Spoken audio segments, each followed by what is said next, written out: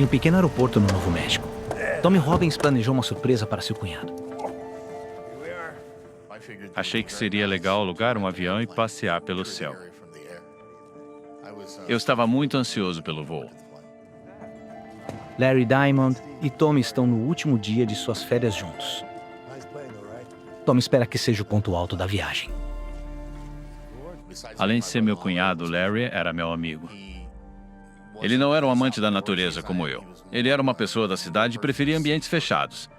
É nessa aí. Larry estava muito empolgado para subir e voar pelo céu naquele pequeno avião. Era o lugar perfeito para apreciar a paisagem. E por que não? Estou de férias, vamos fazer algo interessante. E aí, Justin? É bom te ver, amigo. Hoje, o grande amigo de Tommy, Justin Kirkbrand, vai pilotar o avião. Esta é a nossa garota. Muito bom. Tommy me perguntou se eu levaria e eu disse, é claro, sem problema. Muito bem. Estão prontos? Claro. Então vamos voar.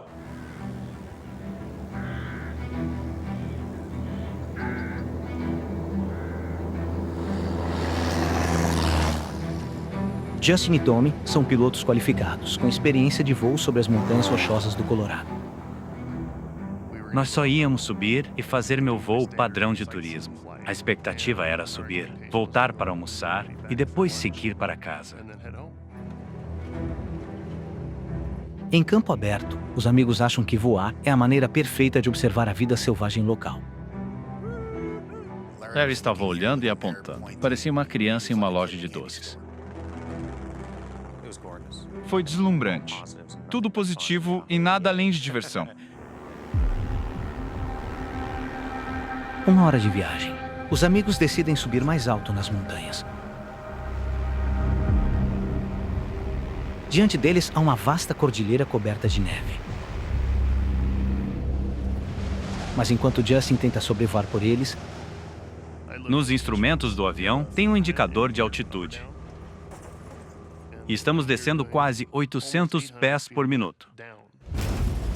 a forte corrente de ar está jogando o avião diretamente para as montanhas.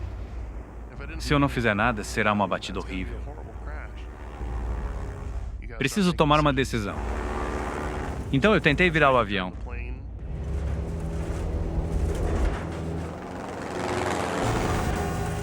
E aí, o alerta de perda toca. Se hesitar, então cairá do céu. Eu só precisava nos colocar no chão sem matar ninguém.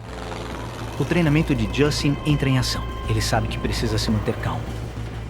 Naquele momento, era tudo sobre desacelerar para minimizar o máximo de impacto.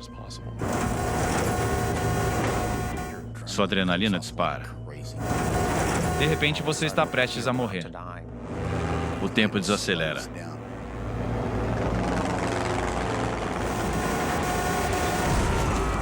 As árvores.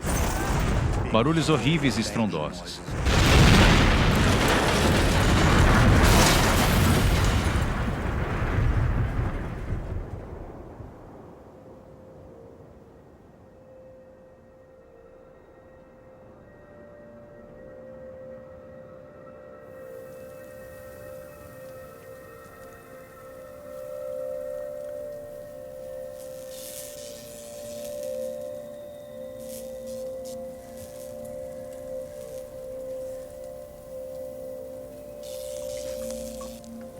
Milagrosamente, Justin está completamente ileso. Mas eles estão longe de estarem fora de perigo.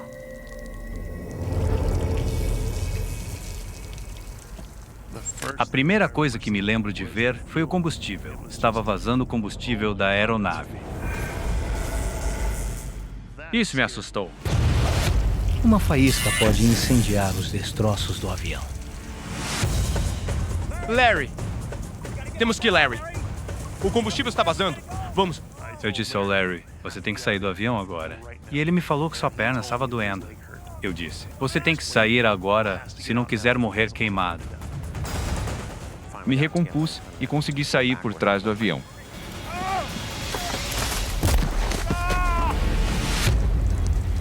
O avião pode explodir a qualquer momento. Mas Tommy está inconsciente. Ele levou uma pancada na cabeça. Acorda! Tommy, acorda. Temos que sair daqui. Tommy, tem combustível por toda parte. Acorda.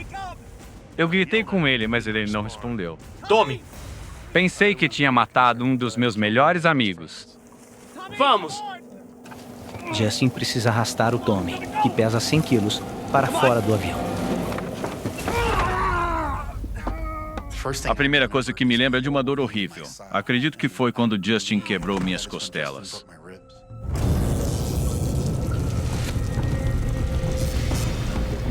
Eles precisam se afastar dos destroços. Mas Larry não consegue andar. Assim que apoiei a perna, caí imediatamente e gritei. Vamos, Larry! Levanta! Fica de pé! Quando levantei ele, a dor nas costelas era insuportável. Mas senti que era mais importante se afastar da gasolina do que se preocupar com a dor.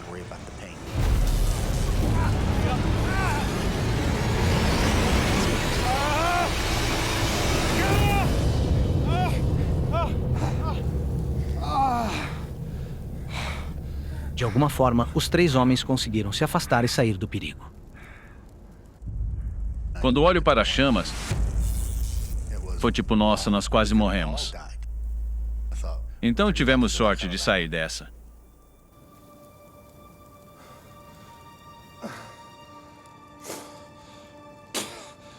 Tommy e Larry estão gravemente feridos. Além de suas costelas quebradas, Tommy também sofreu um impacto enorme na cabeça. Não há como saber se ele tem danos cerebrais ou hemorragia interna. A lesão mais ameaçadora à minha vida foi o golpe na minha cabeça que me deixou inconsciente. O pé esquerdo do Larry foi atingido pelo impacto da colisão, deixando sua perna e tornozelo gravemente quebrados.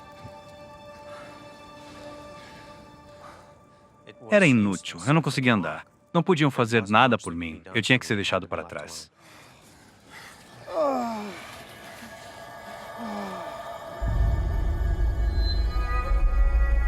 Tommy e Larry precisam de cuidados médicos antes que seja tarde demais. Mas os homens estão isolados, a quilômetros do resgate, em uma cadeia de montanhas inóspitas.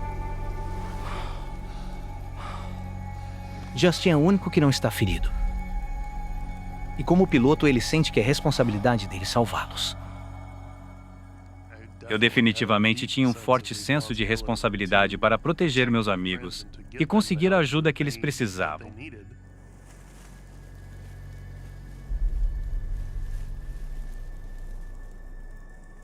Estamos nessa situação. O que você faz para melhorar? Eu precisava fazer algo. Eu estava pensando em voltar à aeronave para fazer uma chamada de rádio. Agora, o piloto Justin precisa tentar ligar os sistemas elétricos se ele quiser transmitir um SOS e salvar seus 2 amigos gravemente feridos. A minha linha de pensamento era que eu provavelmente iria morrer queimado. Mas eu decidi que valia a pena o risco.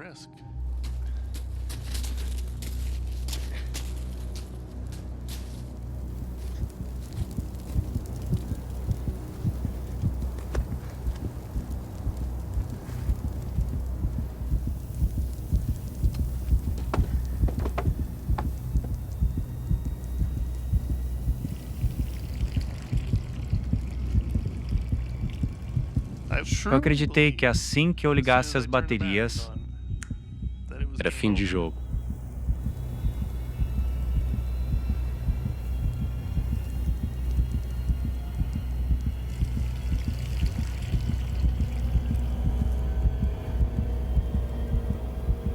Respirei fundo. E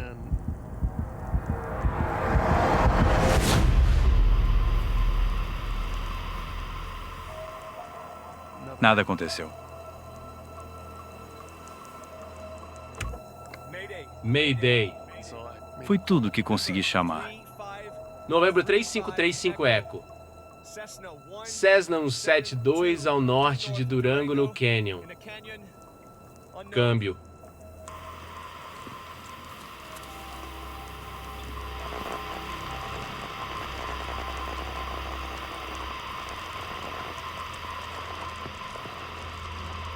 não há resposta ao seu chamado.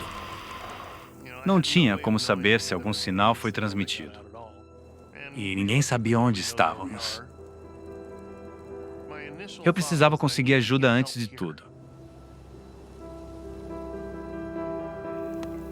Eles estão no meio de uma selva montanhosa. E não há garantia de que o resgate saiba que eles sofreram um acidente.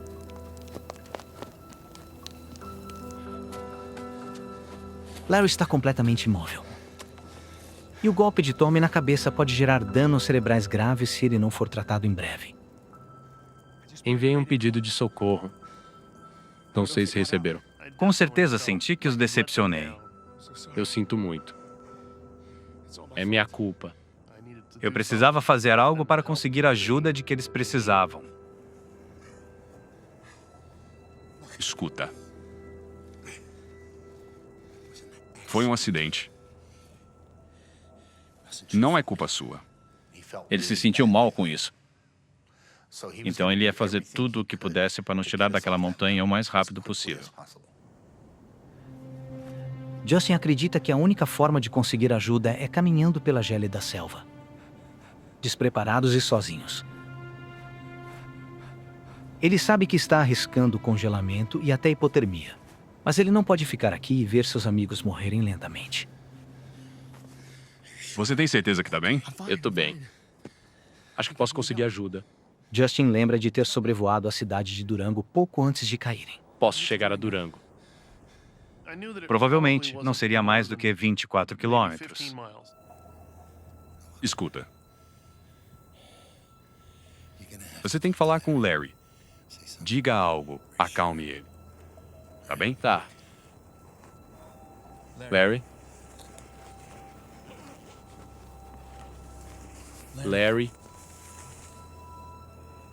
Você já esteve em um helicóptero? Não. Vou arranjar um pra você, tá? E logo. Justin enfrenta mais um desafio. Ele tem que chegar lá antes do anoitecer. As temperaturas nas montanhas do Colorado podem cair drasticamente quando a escuridão chega. Os 3 homens estão mal agasalhados e podem congelar até a morte pela manhã. A escuridão para mim era o fim. Eu estava mais preocupado em conseguir ajuda antes de escurecer do que qualquer coisa.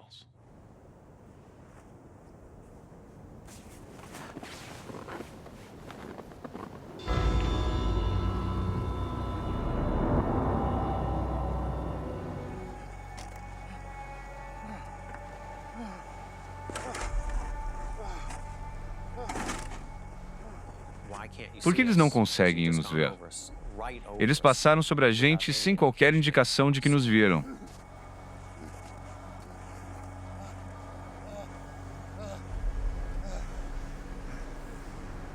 Em operações de busca, uma vez que eles decidem que uma área está limpa, eles vão para outra área. A única chance deles serem resgatados desapareceu na escuridão. Naquele momento, não me senti bem com a vida. Eu estava muito preocupado.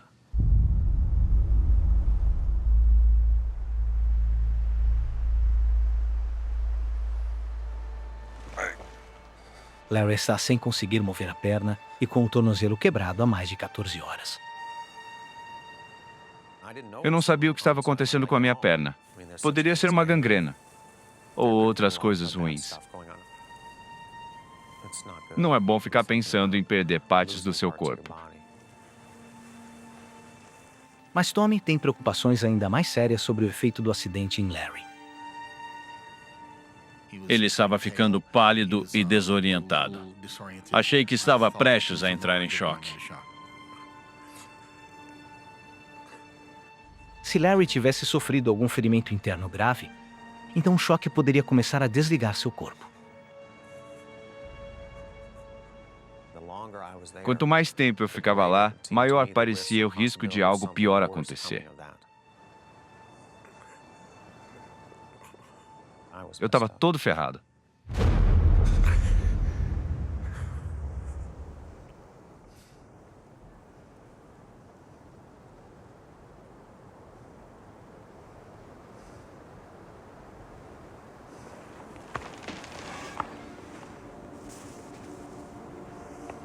O que foi isso?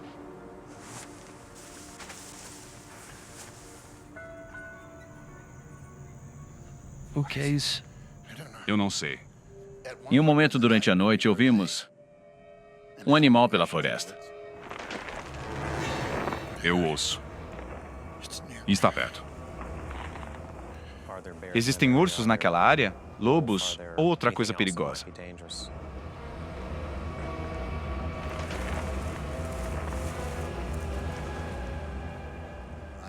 Eu disse para Larry, espero que isso não seja um urso sentindo o cheiro do meu sangue.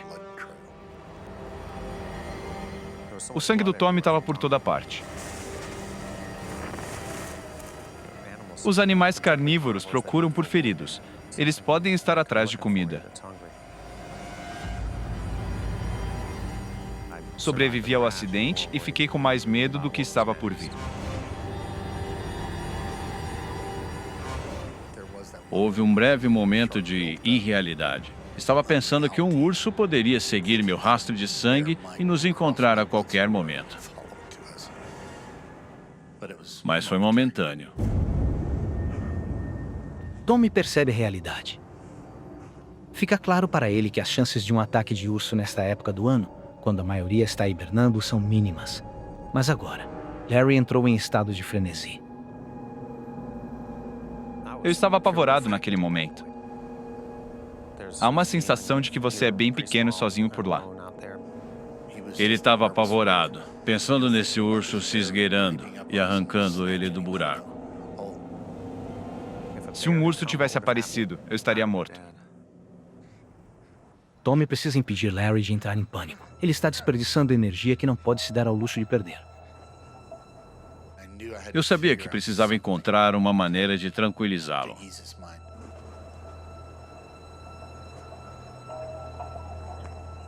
Tommy luta para voltar ao avião, mais uma vez. Procurei por lá e a coisa mais portátil que encontrei e que poderia funcionar era o extintor de incêndio. Então levei isso de volta comigo.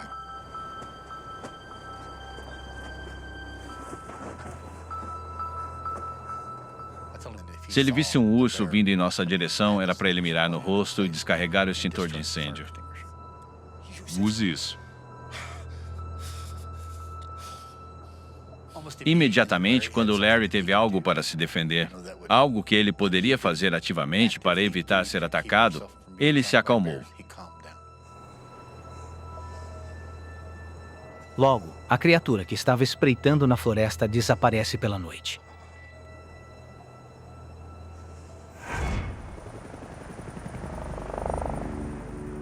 Justin e a equipe de resgate têm procurado por eles, sem sucesso. O helicóptero excedeu suas horas de voo e precisa retornar à base. O tempo está acabando. Fiz de tudo, mas não consegui. E no final, tudo é importante, mas concluir é o mais importante. E estou definitivamente angustiado com a ideia de partir. Estávamos tão perto, não podíamos parar. São os meus amigos que estão aqui.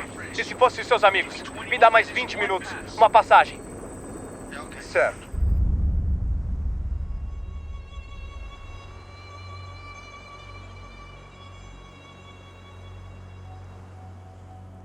Os dois cunhados estão lutando contra a hipotermia e a dor constante para sobreviver. Isso é muito ruim. Não consigo mover meus pés.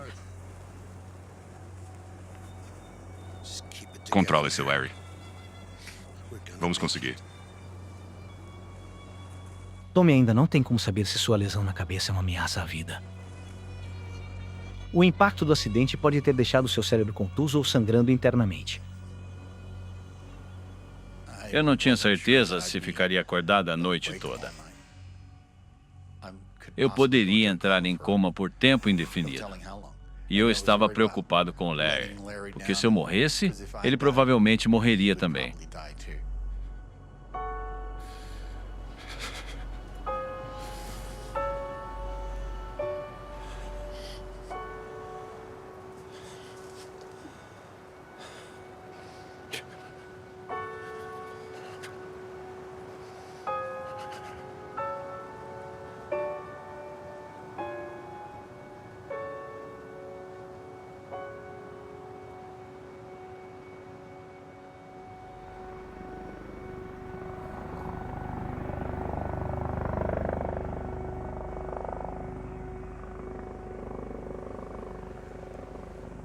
Tommy.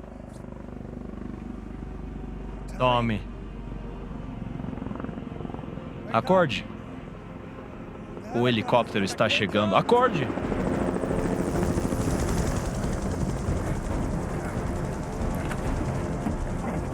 Aqui! Socorro! Estamos aqui! Por aqui! Quando eles voltaram pela segunda vez, eles estavam voando mais devagar. Aqui! As luzes estavam mais fortes dessa vez, porque estavam muito mais próximas.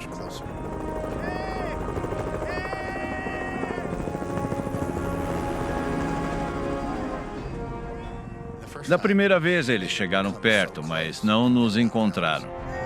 Aqui! Aqui! Socorro! Foi então que lembrei que tinha uma câmera no meu bolso. Então eu saí do buraco e caminhei até um espaço aberto.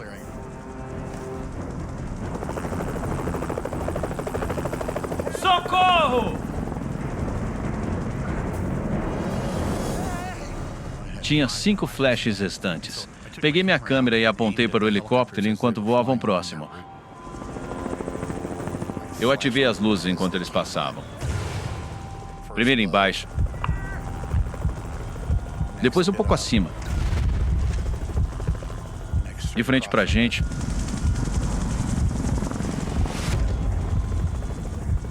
E depois por trás. Mas eles não nos viram. Eu disparei os últimos flashes. E no quinto flash,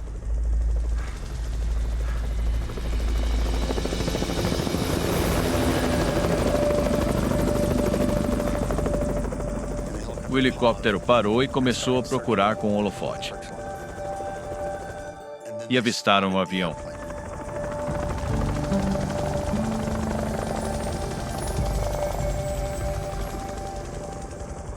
Foi fantástico. Foi o melhor presente, a melhor coisa que já aconteceu comigo. Justin cumpriu sua promessa de ajudar seus amigos. Eu sabia que tínhamos encontrado eles. Fiz tudo o que podia.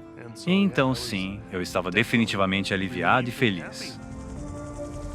A equipe do helicóptero procurava por um lugar onde poderiam resgatar os 2 homens feridos e exaustos.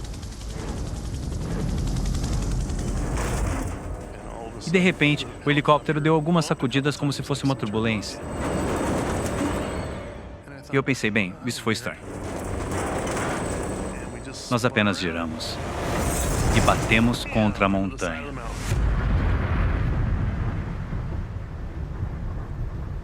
É a segunda vez em 24 horas que Justin se envolve em um acidente aéreo.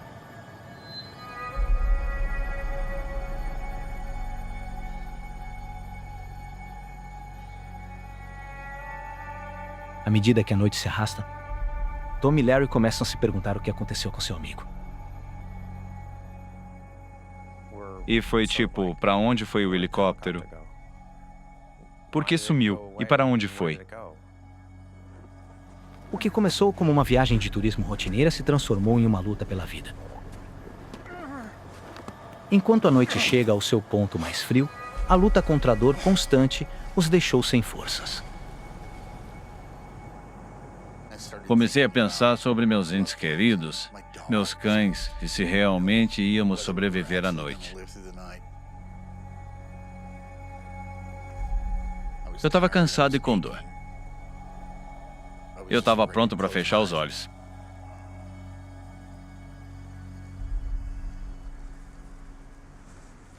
Você não pode desistir, senão já era. E comecei a ter esses pensamentos. Esse foi um momento bem baixo, foi o pior para mim.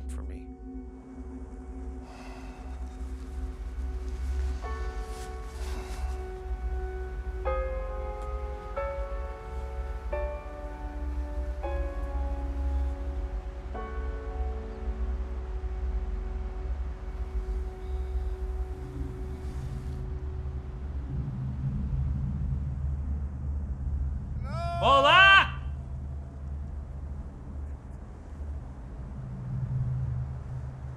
Olá!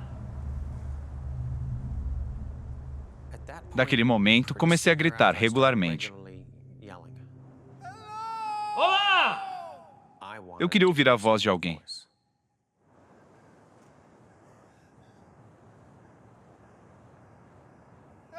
Olá!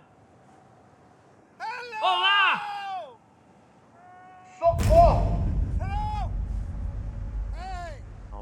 Então eu ouvi alguém gritando de volta, e esse é um som maravilhoso. Esse é o melhor som de todos.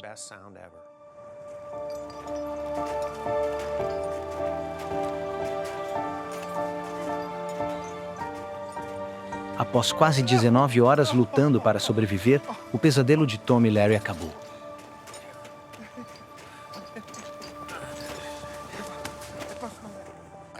Senti que podia simplesmente desistir e me render às dores, porque já não podia fazer absolutamente nada. Era o meu fim na floresta. Aqui está. Foi aí que soube que íamos conseguir. Basicamente salvos. Foi a melhor coisa de todas. Eles são salvos por uma equipe de resgate terrestre, operando de forma independente da equipe do helicóptero. A equipe saiu de Durango quando o avião foi relatado como desaparecido. Os socorristas foram orientados pelas coordenadas que Justin deu e seguiram seus rastros na neve. Filmagem real do acidente. A menos de 1 quilômetro dali, Justin e a equipe do helicóptero sobreviveram ao acidente. O rotor principal do helicóptero havia atingido uma árvore e tinha caído 21 metros no chão. Mas todos os 8 passageiros saíram ilesos. Larry e Tommy foram levados de helicóptero ao hospital em Durango. Eles se reuniram com Justin mais tarde naquele dia. Nenhum dos 3 tiveram ferimentos permanentes após o acidente. Sempre que um avião cai do céu e você sai andando, há uma certa dose de sorte envolvida.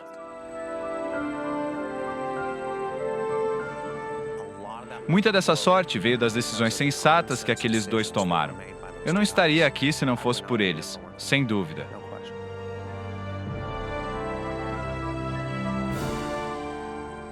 Sem querer, eu poderia ter matado Tommy e Larry. Eu poderia estar contando essa história sem um sorriso no rosto e sem muitas mudanças.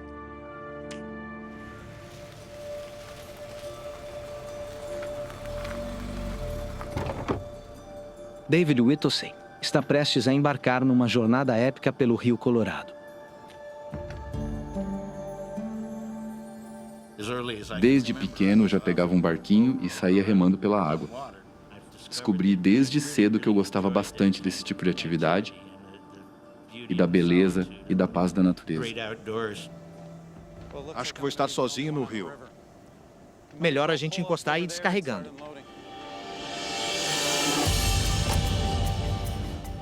David aguarda uma autorização há 2 anos. Mas quando um rafting é cancelado, surge a oportunidade que ele tanto aguardava. Eu estava levando uma vida de solteiro, então não tinha nenhum vínculo pessoal capaz de me impedir de fazer uma viagem como essa. Apesar de sua busca por paz, sua licença chega no inverno, quando poucos ousavam descer o rio. E desta vez, ele está sozinho. Na verdade, eu não pretendia descer sozinho. Mas eu também não quis deixar de aproveitar o fato de ter uma autorização para o rio. Foi uma oportunidade para usar algumas das minhas habilidades na construção da estrutura do meu bote e tentar entender como eu devia organizar ele especificamente. Eu acho que ele pesava quase 900 quilos, por causa de todo o equipamento. Apesar de todo o cuidado, ele está inseguro de ir sozinho. Eu me lembro de quando saí de Lee's Ferry. Eu estava bem nervoso naquela hora. Minha maior preocupação era o fato de que eu estaria completamente sozinho o tempo todo. Quanto aos celulares, você pode esquecer, porque nenhum vai funcionar no Grand Canyon. Sem como se comunicar em caso de urgência, a única salvação de David é contar que o amigo soe o alarme, caso ele não volte a tempo. Antes de ir, eu disse: E se eu não estiver em Pierce Ferry quando você chegar? Peça ajuda porque alguma coisa deu errado.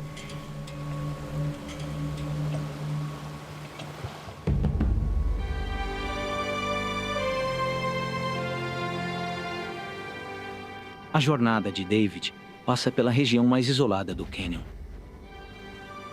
longe da civilização.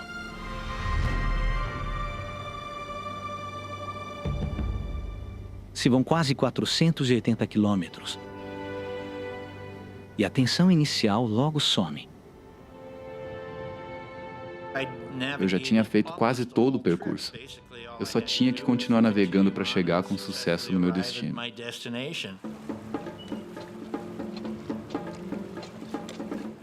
A viagem desafiou o talento de David no rafting, mostrando a beleza do Grand Canyon só para ele. Não existe um lugar como o Grand Canyon. Você está 1 quilômetro abaixo da superfície normal, onde a gente anda, e de repente há rochas com milhões de anos à sua vista. Entende? A beleza disso é muito difícil de explicar só com palavras. Por ser um dos poucos a enfrentar o inverno congelante, David encontra a calmaria que buscava. O silêncio é surreal. Eu acredito que a solidão lá embaixo é completa. É um silêncio absoluto.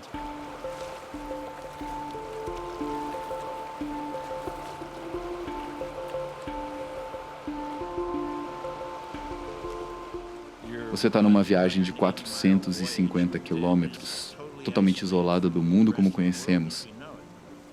Lá você está completamente sozinho. David sabe, essa aventura na natureza vai mudar sua vida. Praticamente todo mundo que chega até lá volta com um olhar diferente em pelo menos um aspecto da sua vida.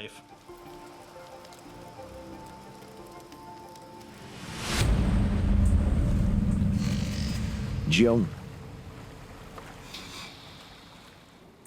Restam 3 dias da viagem de 1 mês de David pelo Canyon.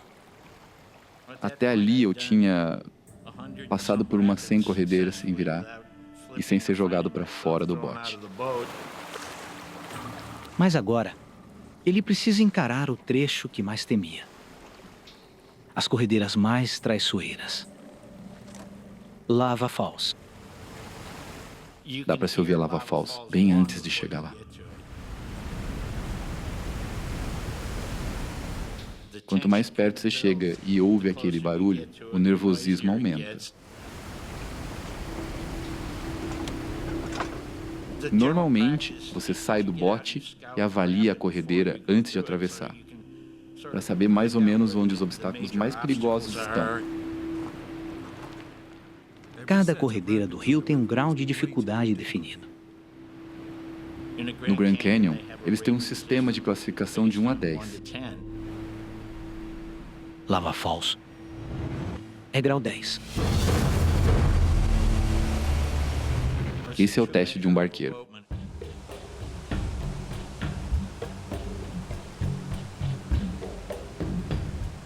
Mesmo eu já tendo passado por todas aquelas corredeiras sem minha roupa de mergulho, fiquei tão assustado com todo aquele potencial desastroso da Lava Falls que resolvi vestir ela.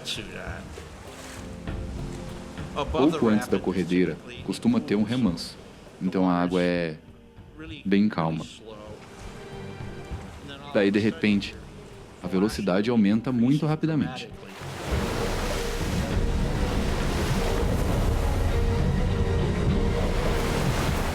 Essa aceleração por si só já é capaz de te deixar bem desorientado. A Lava Falls realmente tem uma cascata. A queda dá uns 4 metros. Eu estava apavorado. Era fácil de evitar, desde que você saiba escolher o caminho certo. David perdeu totalmente o controle.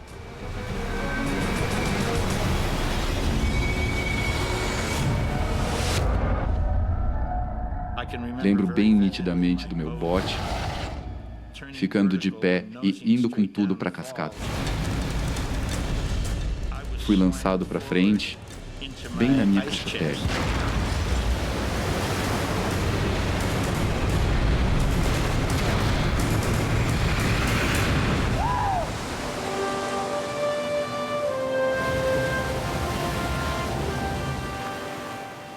O bote, por razões que até hoje não entendo, ficou de volta para cima. Mesmo que naquele momento meu bote já tivesse cheio d'água, ele já tinha voltado para a posição certa e eu ainda estava dentro dele navegando. Me deu um alívio, pensei que o pior já tinha passado.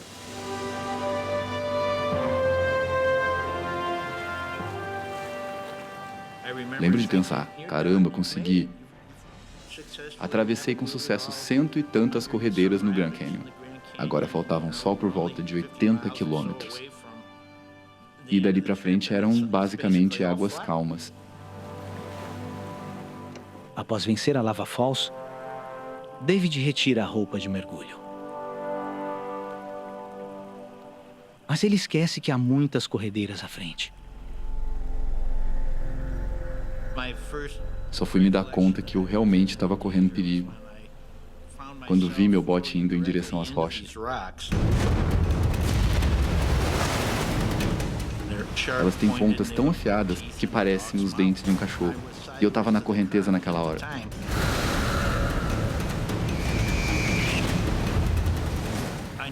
Eu sabia que era algo que eu não deveria deixar acontecer.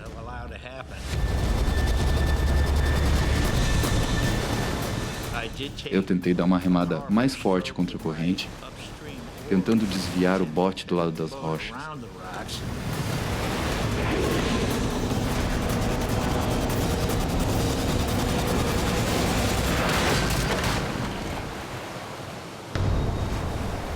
É sério que isso está acontecendo? No início, pensei que meu bote ia dar conta, que ele ia girar sozinho e se afastar dali.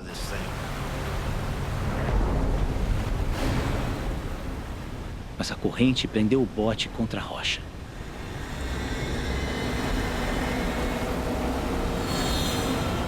E antes que eu percebesse,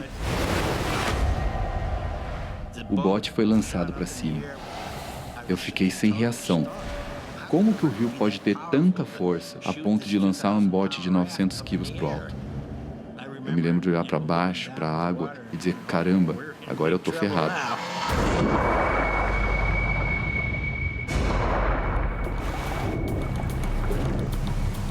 Eu apareci por baixo do bote. Minha cabeça estava fora d'água e eu respirava. A água está em 4 graus. E David precisa sair rápido ou vai morrer de frio. Eu estava com medo de ficar enroscado no bote.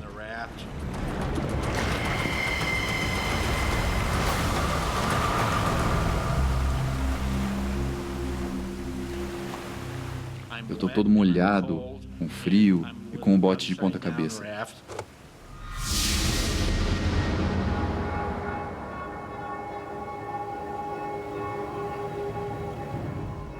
Agora, sem seu bote, ele não tem como sair do cânion. Sua única opção é desvirar o bote.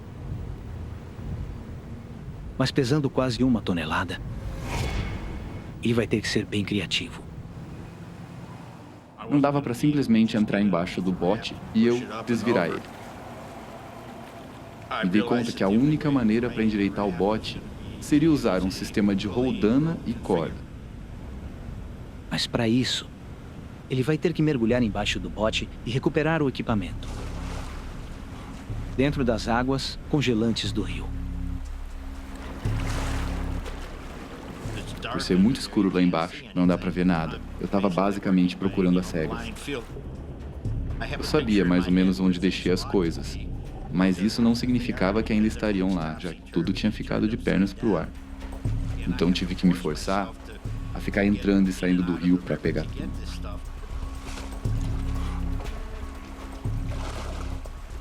Eu precisava de roldanas, mosquetões, fitas e ganchos de escalada. A cada mergulho abaixo do bote, a temperatura de David despenca. E ele precisa lutar contra os efeitos da hipotermia. A gente não costuma ter contato com frio por tanto tempo. E era isso que eu estava enfrentando. O sangue engrossa com o frio. Então, menos oxigênio chega nos músculos, menos oxigênio chega no seu cérebro. Você não raciocina mais com a mesma clareza. E eu sabia que esse processo estava acontecendo comigo.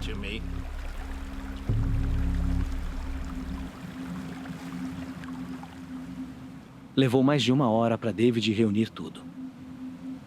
Quando ele acaba, mal consegue se mexer. Mas agora ele precisa descobrir como montar o sistema de roldanas. Eu estava com muito frio e minha rapidez de raciocínio tinha diminuído. Então, acabou levando um bom tempo. David sabe que se não conseguir desvirar o bote de 900 quilos, ficará isolado.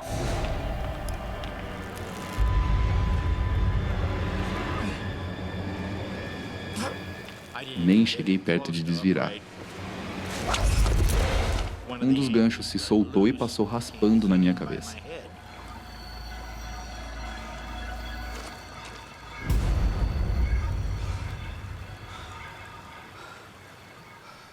Todo o esforço de David foi em vão. Sua única opção agora é tentar reduzir o peso do bote. Eu conseguia ver rio abaixo uma espécie de enseada, um pouco mais adiante. Então pensei que se eu conseguisse levar o bote até lá, teria espaço suficiente para descarregar o restante do equipamento. Mas é impossível mover o bote pela margem íngreme.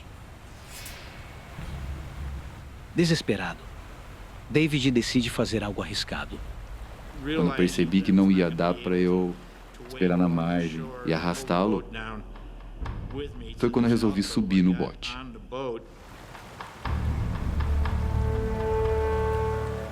Lembro que fiquei de pé naquele bote de ponta cabeça, só com um remo nas mãos, e tentava manobrar o bote rio abaixo até aquela enseada. Eu parecia aqueles gondoleiros de Veneza, navegando pelos canais.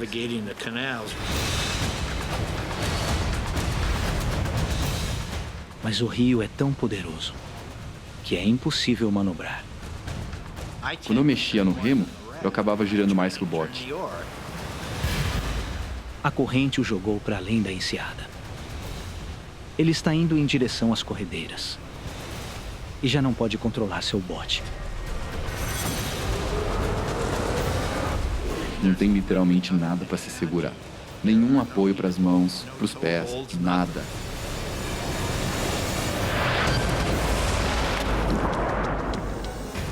Lutando para subir e respirar, David precisa agarrar ao bote se não quiser afogar. Eu consegui segurar na corda de segurança em volta do bote. Mas a correnteza arrasta ele contra grandes rochas submersas. O bote subiu nas rochas e me puxou por cima delas pela proa.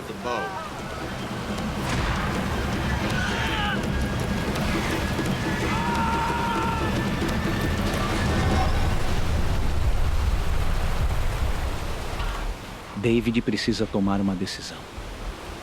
Se continuar com o bote, será esmagado nas rochas. Se soltá-lo, vai perder tudo. Pensei, se eu não sair desse rio, ele vai me matar.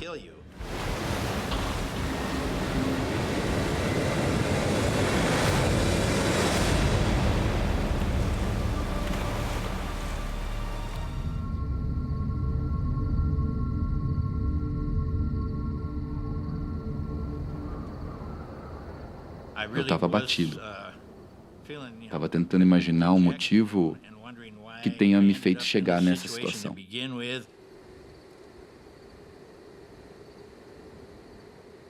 David se apega à esperança de que seu amigo já tenha soado o alarme e que o resgate chegará amanhã.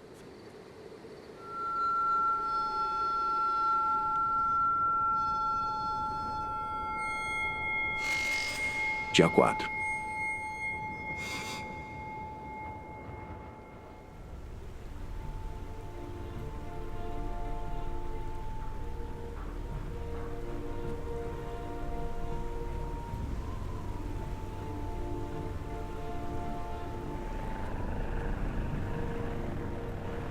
Após 4 dias lutando para sobreviver, parece que um grupo de busca finalmente chegou. Eu pulava e erguia os braços. Socorro! Aqui! Eu consegui enxergar o avião claramente.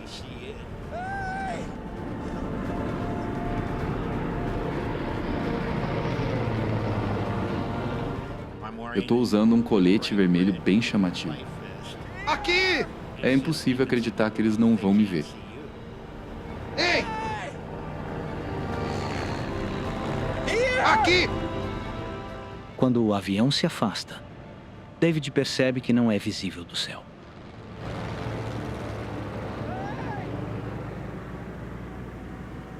Volta aqui! Volta aqui! Sua única esperança Volta aqui! se foi.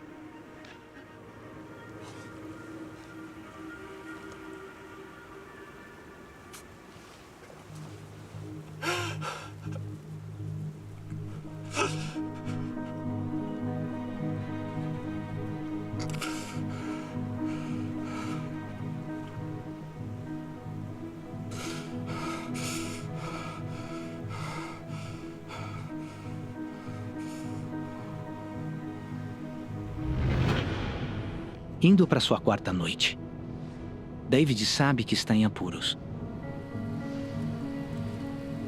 Comecei a me sentir bem desanimado.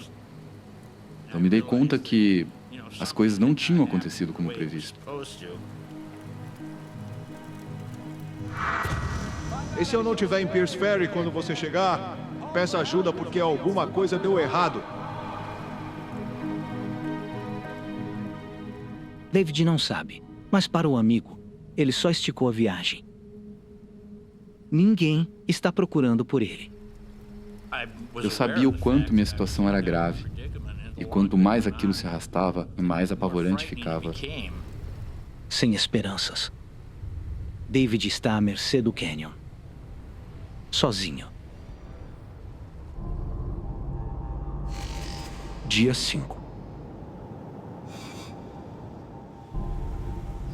Por 4 dias, David teve a esperança de que seu amigo soaria o alarme. Mas ele percebe que ninguém procura por ele.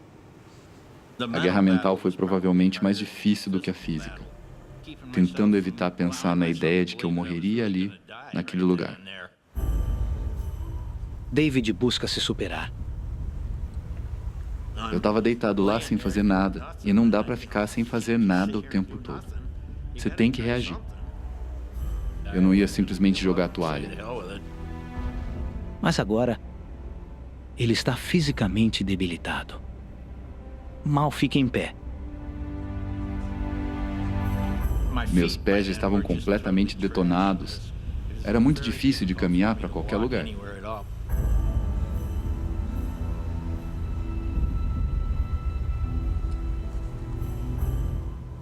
Mesmo com a dor, ele decide que sua chance é ficar visível do céu, construindo um sinal de socorro. Mas isso significa buscar centenas de pedras na margem. As pedras estavam no fundo desse desnível. Então eu tinha que descer até lá, pegar uma, 2 ou quantas eu aguentasse, e então subir com elas morro acima. É um processo exaustivo e doloroso.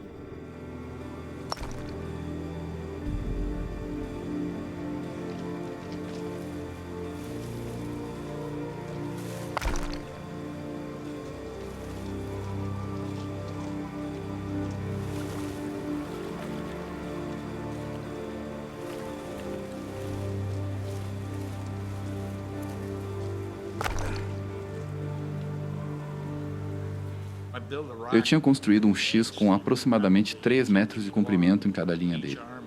Ou seja, eram muitas subidas e descidas, com muitas pedras para levar. Já era fim de tarde quando ele terminou, completamente exausto.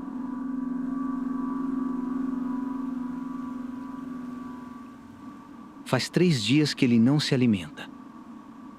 Desfalecido, clama por energia. Como qualquer beberrão sabe, cada lata de cerveja tem as calorias equivalentes de um lanche.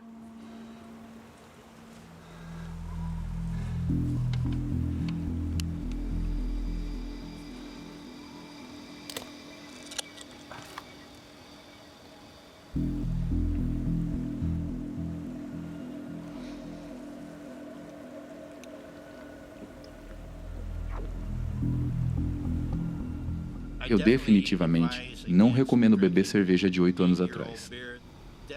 Obviamente não foi a coisa mais gostosa que já bebi.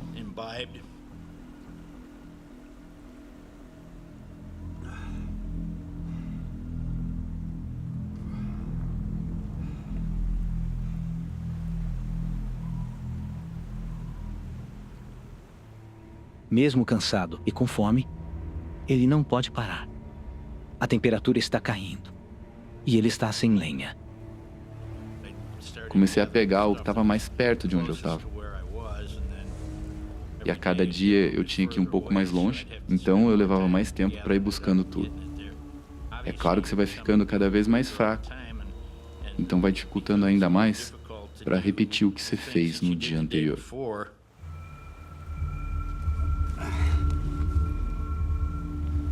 Enquanto eu buscava tudo, apareceu um pequeno lagarto. Devia ter uns 10 centímetros de comprimento.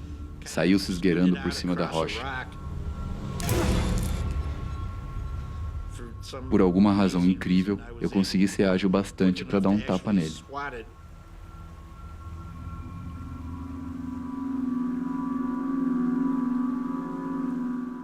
Eu parti ele ao meio e mandei para dentro.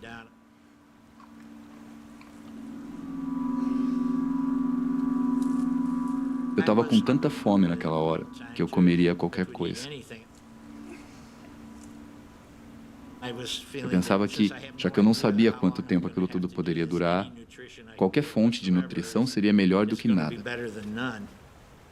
Foi por uma boa causa.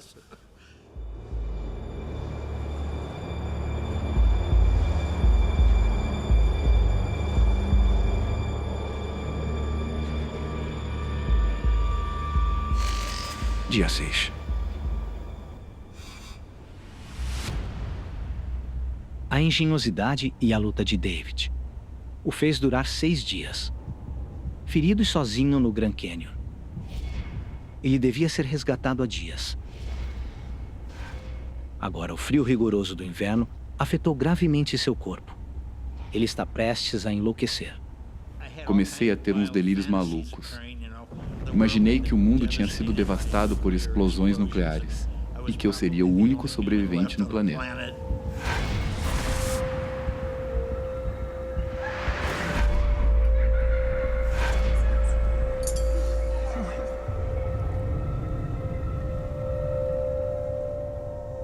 Momentos ou episódios marcantes do meu passado surgiam de repente na minha cabeça.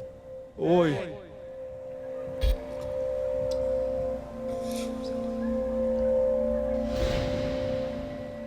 Eu me lembro, de uma forma bem nítida, que eu ficava relembrando de coisas e momentos que vivi com amigos e outras pessoas. Ficava pensando neles, triste, imaginando que eu talvez não os veria novamente.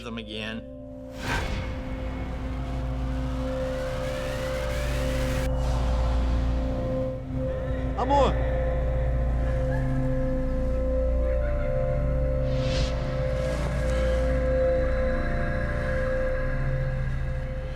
Fraco demais para juntar a lenha e manter a chama, David está perdendo o calor. A hipotermia está vencendo. Dia 7. David Whittlesey veio ao Grand Canyon em busca de paz e solidão. mas isolado e à mercê da natureza, pode acabar morrendo de frio, sozinho. No sábado de manhã, eu estava muito para baixo. Estava realmente deprimido. Eu escrevi um bilhete de despedida para os meus amigos e familiares. Eu gravei tudo num pedaço de madeira.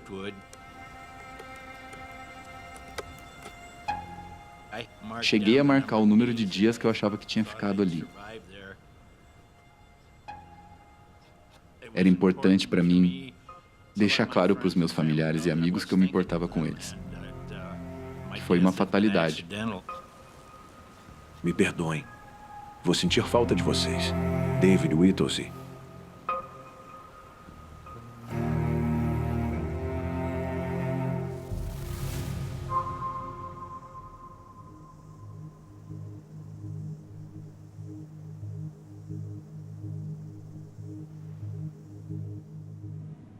Após 7 dias lutando pela vida, David não tem nada.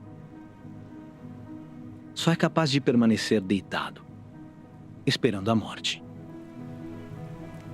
Eu já tinha feito tudo o que eu pudesse imaginar, mas parecia que ninguém se importaria se eu sobrevivesse ou não.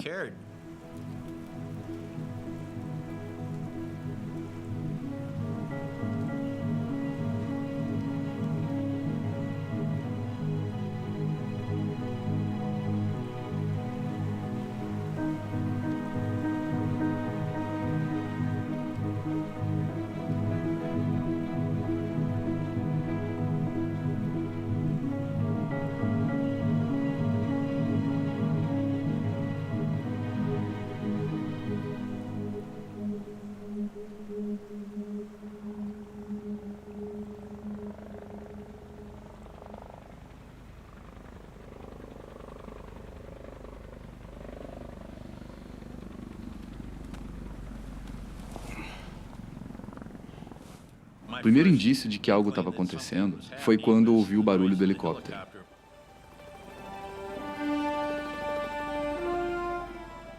O barulho foi ficando mais alto e intenso.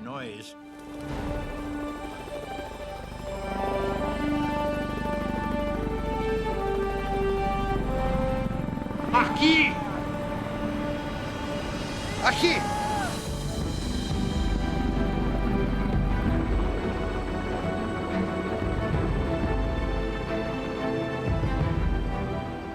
Quando o helicóptero contornou o cânion, eu estava em pé, acenando os braços, pulando, chorando muito e dando risada. Foi uma sensação inexplicável de alívio. Eu jamais vivenciei uma mistura tão intensa de emoções como naquela hora.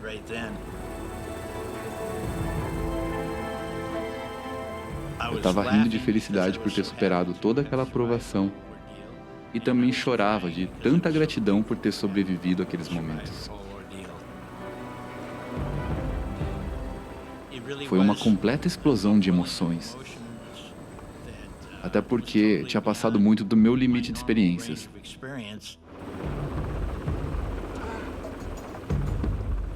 Quando acharam o bote a mais de 30 quilômetros rio abaixo, as autoridades iniciaram uma operação. Ficaram surpresos por me encontrarem vivo. Me disseram que já estavam procurando um corpo. O piloto me deu um lanche que a esposa dele tinha feito. Acho que foi um dos sanduíches mais saborosos que eu comi na vida.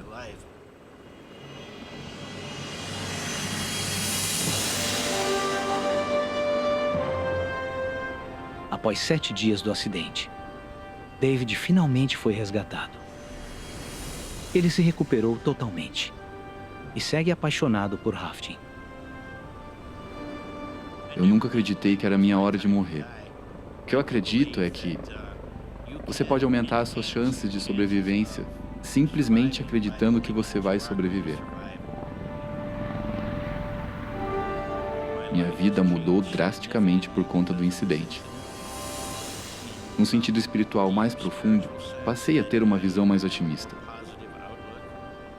Também acho que eu passei a entender melhor o significado de estar vivo.